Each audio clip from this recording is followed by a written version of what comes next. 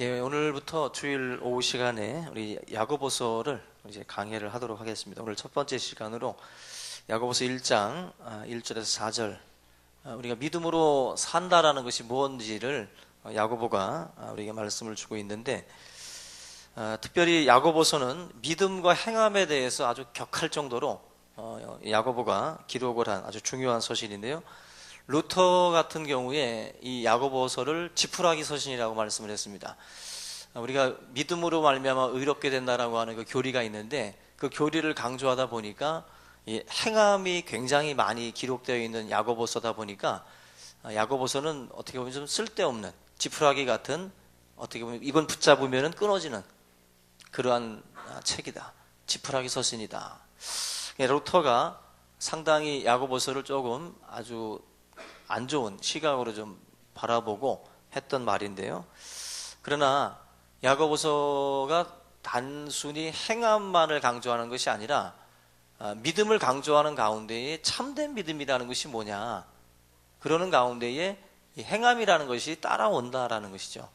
그런 점에서 이건 지푸라기 서신이 아니라 믿음을 좀 더 완전하게, 믿음이라는 것을 여러분들이 개념을 정리할 때 너무 머리로만 믿는 거 있지 않습니까?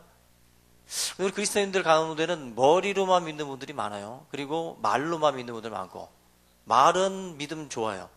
그런데 삶은 아니야. 믿음으로 사는 것이 삶으로 드러나야 되는데 삶과 믿음이 달라요. 생각하는 것과 행동하는 게 다르다고요. 야고보가 바로 그런 부분들을 이제 지적을 하고 있습니다. 이 편지를 쓴 사람은 이제 야고보인데요. 1절에 나와 있죠. 야고보, 예수 그리스도의 종 야고보는 하면서 이제 편지를 쓰고 있습니다. 우리가 잘 아는 야고보가 두 사람입니다. 세베대 아들 야고보가 있고 예수님의 동생 야고보가 있어요. 두 명 중에 누굴까요? 천국 가는데 지장은 없습니다. 아무거나 잡든지. 우리 교회도 옛날에 지영이가 많았잖아요. 그 지영이가 그 지영이든 뭐 어떤 지영이든 뭐 상관없이 부르는 것처럼 이 야고보도 이름이 워낙 많은데, 이 야고보 서신을 쓴 사람은 예수님의 제자 야고보가 아니라 예수님의 형제, 예수님의 동생 야고보가 쓴 서신이라는 거 상식적으로 좀 알아두시고요. 근데 야고보 같은 경우는 예수님이 십자가를 지시기 전까지는 예수님을 제대로 믿질 않았습니다. 야고보는 단순히 예수님에 대해서 그냥 형으로만 여겼지, 그가 메시아라고 받아들이기가 아마 제일 힘들 거예요. 그죠? 아마 뭐 여러분들은 어쩔지 몰라도 그 자신이 알던 형이 주의 종이 됐다, 받아들일 수 있겠어요? 예를 들어서 우리 지수가 뒤에 있는 광철이 형이 갑자기 주의 종이 되겠다고 헌신을 했어요. 그래서 광철이 앞에 가가지고 김광철 전도사님, 김광철 목사님, 받아들이기가 좀 힘들죠. 내가 그분을 잘 아는데, 내가 너를 아는데, 뭐 뭔가 이렇게 그 자라온 어떤 그 불상사라든지 그런 게 있잖아요. 막 이런 거 저런 거를 다 알게 되면 사실 받아들이기가 힘들죠. 그죠? 동생이 형을, 갑자기 형이 메시아라고 떠들고 돌아다니는데 그거 정말 받아들이기 힘든 거거든요. 내가 형을 아는데, 내 거 뺏은 형인데, 내가 먹던 거 형이 뺏어 먹고 나를 때리기도 했던 형인데 어떻게 형이 메시아일 수 있느냐. 아마 예수 믿기 정말 힘들었던 사람, 마리아와 요셉은 그나마 환상으로 천사가, 그죠? 현몽이라도 해줬으니까 그거 믿고 가지만, 동생 야고보는 들은 게 없어요. 들은 게 없다고. 들은 게 없다 보니까 사실 이거 받아들이기가 정말 힘든 겁니다. 그런 점에서 야고보는 주님 죽기 전까지 못 믿었어요. 그런데 예수님이 부활하시고 난 뒤에 찾아간 사람이 있어요. 바로 예수님의 형제 야고보에게 찾아가요. 야고보에게. 그만큼 핸디캡이 있었다라는 것을 알고 예수님이 야고보에게 특별히 부활해서 500여 형제에게도 만나지만 그 친동생 야고보에게 찾아가서 그에게 확신을 주고 믿음을 더해줍니다. 그리고 나서 야고보가 정말 하나님의 신실한 제자가 돼요. 그래서 야고보가 오늘 이 본문, 이 야고보서까지도 쓰게 됩니다. 늦은 출발이죠. 예수님의 제자들에 비교하면 굉장히 늦게 출발한 게 야고보예요. 그런데 이 야고보가 나중에는 초대교회의 기둥이 돼요. 기둥 역할을 한다고. 예수님의 동생이니까 특별히 그냥 그 자리에 앉힌 게 아니라 야고보가 부활의 주님을 경험하고 난 뒤에 훨씬 더 그 예루살렘 총감독이 될 정도로 야고보가 아주 신실하게 주님의 제자로 서게 됩니다. 나중된 자가 먼저 되는 거예요. 나중된 자가. 뭔가 먼저 된 자들은 불만도 많고 먼저 된 자들은 또 태만하기도 하지만 나중된 자들은 나같이 부족한 사람을 받아주셨다라고 하는 그 감격에 더 열심히 뛴다고. 그러다 보면 앞서가요. 늦은 자가 앞서간다고. 야고보가 바로 그런 케이스입니다. 결국 그 야고보가 이제 편지를 써서 이제 하나님의 뜻을 전하고 있는데, 야고보서는 특별히 우리가 공동서신이라고 말을 해요. 공동서신. 공동으로 썼다라고 해서 공동서신이 아니라 공동으로 본다고 해서 공동서신입니다. 야고보가 쓴 편지를 회람 형식으로 한 군데만 보는 게 아니라 여러 군데로다가 이 편지가 이제 옮겨지는 거예요. 그러면서 전체적으로 많은 그런 그 흩어져 있는 사람들이 보게 만든 것입니다. 1절에 그 내용이 나와 있죠. 흩어져 있는 12지파에게 문안하노라. 그러니까 12지파들이 지금 흩어져 있는데 그들에게 이제 회람 형식으로 이 편지를 쓴 거예요. 그래서 박해를 피해서 피한 핍박을 피해서 이제 여러 이제 디아스포라라고 그러죠. 여러 지역으로 흩어진 이 이스라엘 백성들에게 편지를 써서 믿음 안에서 그들이 어떻게 살아야 되는지 그 내용들을 지금 담고 있습니다. 박해를 피해서 그들이 자신들의 삶의 근간인 자기의 고향을 버리고 흩어진 거예요. 그 타 지역에 가서 이들이 많은 시련을 겪습니다. 많은 어려움들을 겪는데 그 많은 어려움과 시련을 겪는 그 가운데에 이들이 어떻게 하면 믿음으로 잘 살 수 있는지 그것에 대해서 야고보가 이 야고보서 편지를 통해서 이제 가르쳐 주는 것입니다. 야고보서를 이제 보면 뒤에 이제 이런 내용들이 나오는데 이제 교회가 타 지역으로 이제 흩어져서 생활을 하면서 이 성도들이 생활을 하면서 교회 안에 아주 좀 볼상사나운 그런 그 모습들이 나타나기 시작을 했습니다. 여기 보면은 이제 뭐 돈 많은 사람들이 막 교회를 이제 뭐 주무르고 또 돈 있는 사람이 들어오면 환영하고 돈 없는 사람들이 들어오면 앉든지 말든지 그냥 아무데나 가서 쭈그리고 앉아 있으라고 그냥 그렇게 해놓고, 우리 여러분들도 좀 그런 경향이 좀 있죠. 이쁜 사람 오면 달려들고 청년들 자기 취향 아니면 그냥 먹든지 말든지 등록을 하든지 말든지 그러죠. 돈이 있어 보이면 접근하고 4천만 땡겨줄 것 같으면 접근하고 아니면 멀리하고 그렇죠. 야고보서에 보시면 그 내용 그대로 나옵니다. 제가 한 말들, 부자들 이런 횡포들, 이러한 내용들이 교회 안에 지금 있었다라는 거예요. 권력의 크기, 배움의 크기, 돈의 크기에 따라서 접근하는 방식이 다른 거예요. 교회가 썩은 거지. 여러분들도 우리 교회도 만약에 그렇게 가면 썩는 겁니다. 썩는 거예요. 임원들이 그러고 교육자가 그러고 여러분들이 그러면 같이 썩는 거예요. 같이 썩는 거. 교회 들어오면 아까 전소님이 우리 교회 분위기 좋다고 그랬잖아요. 그죠? 내막을 아는 우리들끼리는 이상하잖아요. 그죠? 근데 외부에서 볼 때는 다들 뭐 활기차 보이고 좋다고 말씀을 합니다. 그냥 어쨌거나 가족적인, 그죠? 가족적인 분위기가 이제 보여진다라는 거죠. 또 따뜻해 보이고 사랑도 넘치는 것 같고 그렇게 보인다는 것입니다. 처음 왔으니까 잘해주는 건데 좀 오해를 좀 하고 있는 것 같기도 하고.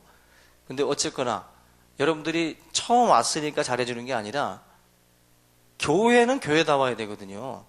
교회는 누구나 이렇게 품을 수 있는 곳이 돼야 되는데 교회가 너무 카트라인이 높아. 무슨 서울대 연고대도 아니고 너무 기준들이 까다로워서 서로에 대한 어떤 그 카트를 자꾸 하시면 안 돼요. 여러분들이 서울대예요? 여러분들이 서울대 아니라고. 우리가 왜 자꾸 사람을 자기가 서울대처럼 당신은 안 돼. 카트하지 말라고요. 야고보 당시에 이 교회 안에 자기 스스로가 돈 있는 자, 권력 있는 자, 배운 자 이런 것에 대한 이 커트라인이 너무 높아요. 자기 기준에 못 미치면 다 잘라버리는 거예요. 다 잘라버리는 거예요. 이것은 하나님께서 기뻐하시는 모습이 아니죠. 결국 야고보가 이러저러한 그 내용들을 결국 다 알고 흩어져 있는 이 교회에게 편지를 해서 이들로 하여금 제대로 된 신앙을 좀 가질 수 있도록 만들기 위해서 쓴 편지가 바로 야고보서입니다. 2절과 4절을 좀 보시면은 이제 그 야고보의 내용이 이제 바로 뭐 어떻게 보지 직격탄으로 나와요. 뭐 편지가 짧다 보니까 뭐 이게 군더더기 없이 그냥 바로 마치 본론으로 그냥 들어가는 것 같은 느낌이 들 정도로 야고보가 그냥 바로 이 문제들을 다루는데, 시련이라고 하는 것, 지금 원래 흩어져 있는 이 나그네들이 시련을 겪고 있거든요. 너무 힘든 생활을 하고 있는 거예요. 그러다 보니까 이 사람들한테 시련이라는 것이 뭔지에 대해서 올바르게 정리를 하라고 2절에서 4절 말씀을 통해서 가르쳐주고 있는 겁니다. 여러분들도 혹시라도 지금 시련의 자리에 계신 분들은 야고보가 말하는 이 이야기들을 잘 들으셔야 돼요. 그래서 그 시련이라는 것이 어떤 나에게 주는 의미가 뭔지를 야고보 사도가 하는 말씀들을 잘 새겨서 여러분들도 승리할 수 있기를 주님의 이름으로 부탁을 드립니다. 믿음으로 산다는 것의 첫 번째 주제가 이제 지금 바로 나와요. 이 시련의 문제, 시련의 문제. 우리가 이 여러 가지 시험이라고 하는 말씀이 2절에 나오는데 정말 여러 가지 시험이 있어요. 교회 생활도 여러 가지 시험이 있습니다. 직장 생활도 여러 가지 시험이 있고 또 집에서도 여러 가지 시험이 있어요. 너무 많아요. 너무 많아. 너무 많아. 이 교회 안에서 들여다보면 시험거리가, 여러분들이 시험에 드는 거리가 한두 개가 아닙니다. 한두 개가. 이 다양한 방법으로 여러분들 시험 들게 할 수 있어요. 제가 마음만 먹으면. 제가 여러분들을 시험 들게 하는 방법은 간단하겠죠? 정말. 마음 먹고 달려들면 다 죽일 수 있어요. 마음 먹고 달려들면. 사람들 시험 들게 하는 거는 제가 항상 말씀드리죠. 시험 중에 제일 큰 시험은 말이에요, 말. 그래서 저는 우리가 다 벙어리였으면 좋을 때가 있어요. 개는 키우면서 서로 그 관계가 안 깨져. 강아지하고는. 그죠? 개가 나한테 해주는 게 뭐 있어요? 아무것도 안 해주죠. 그냥 여러분들이 그저 지극정성 먹이고 입히고 씻기고 그냥 우리가 전폭적으로 해줘야 되는 놈이에요, 이놈은. 그런데도 관계가 안 깨진다고. 이쪽에서 나에게 뭘 주고 나도 주고 주다가도 시험 드는 게 인간이에요. 왜 시험 들죠? 말 때문에. 말 때문에. 말이라는 것이요, 참 희한합니다. 그 말의 위력이라는 것이 창조적인 사역에 쓰여져야 되는데 파괴적인 일에 쓰여져요. 파괴적인 일에. 야고보가 말하고 있는 여러 가지 시험 속에는 분명 물질의 시험도 있을 것이고, 그죠? 관계의 시험, 말의 시험, 많은 게 있죠.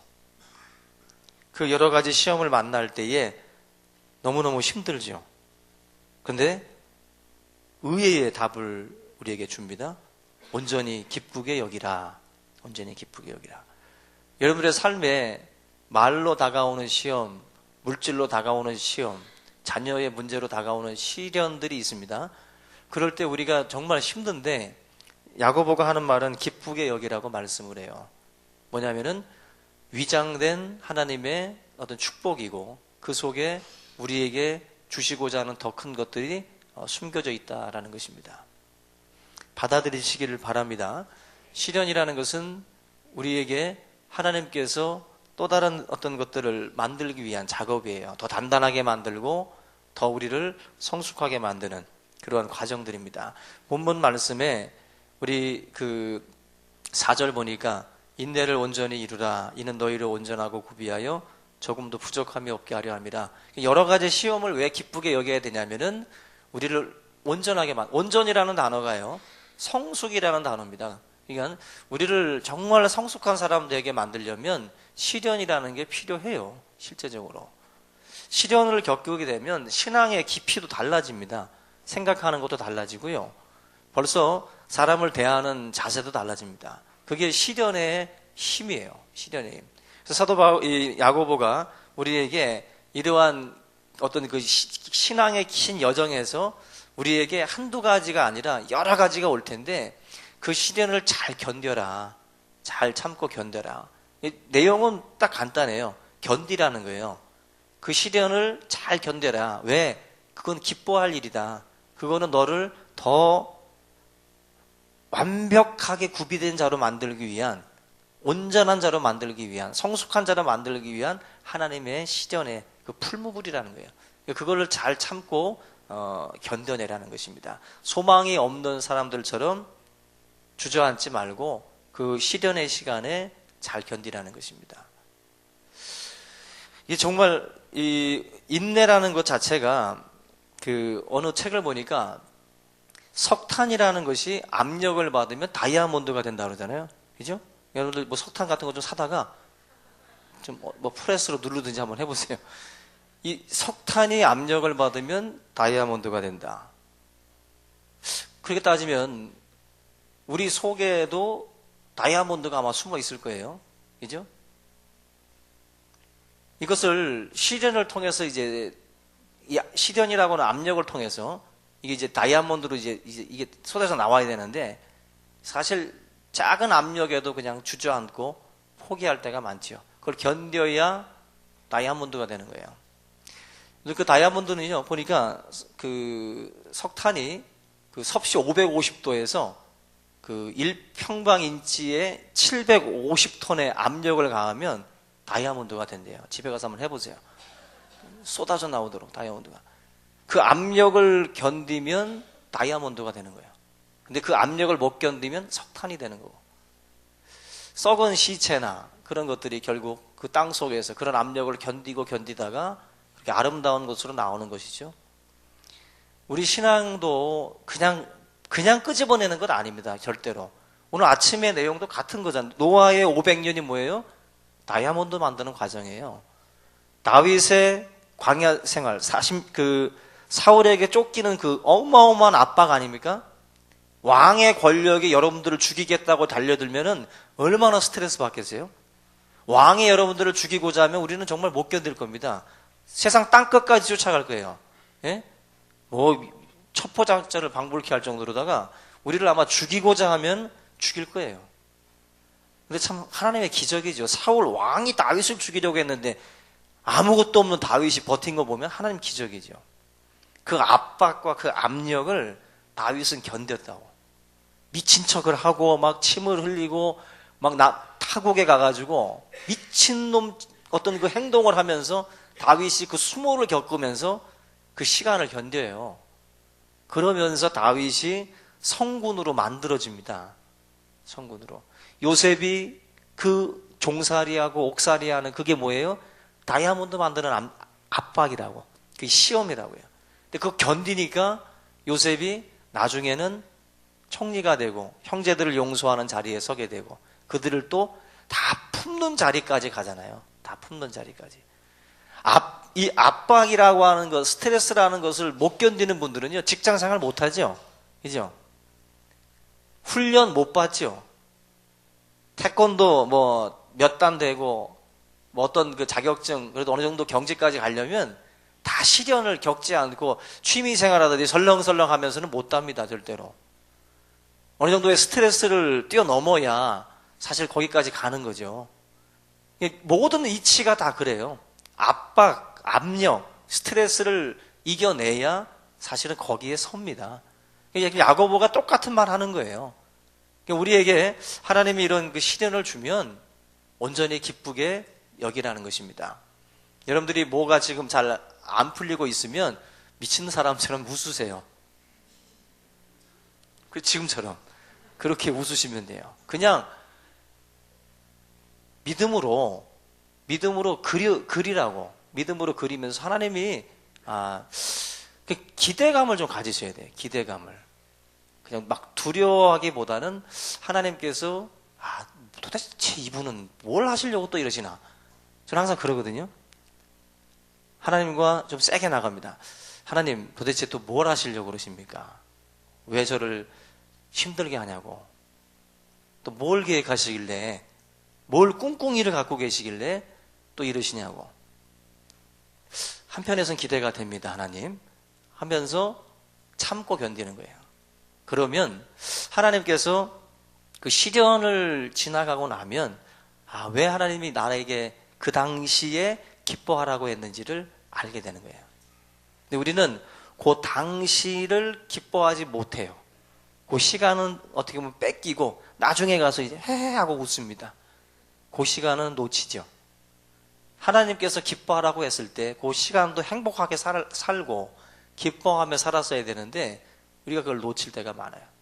야고보가 지금 우리에게 이런 어떤 그 인내라고 하는 것을 통해서 더 우리가 온전해지고 더 구비되어진다. 이 부분을 분명하게 우리에게 말씀을 주고 있습니다. 우리 사랑하는 성도님들, 자기 자신이 지금 온전하다고 믿습니까? 여기서 또 생각 없이 아멘 하는 분들이 있을까봐 한편에서 걱정했는데, 여러분들이 스스로 지금 온전하다고 생각하세요? 다 구비했다고 생각하세요? 아니라고요.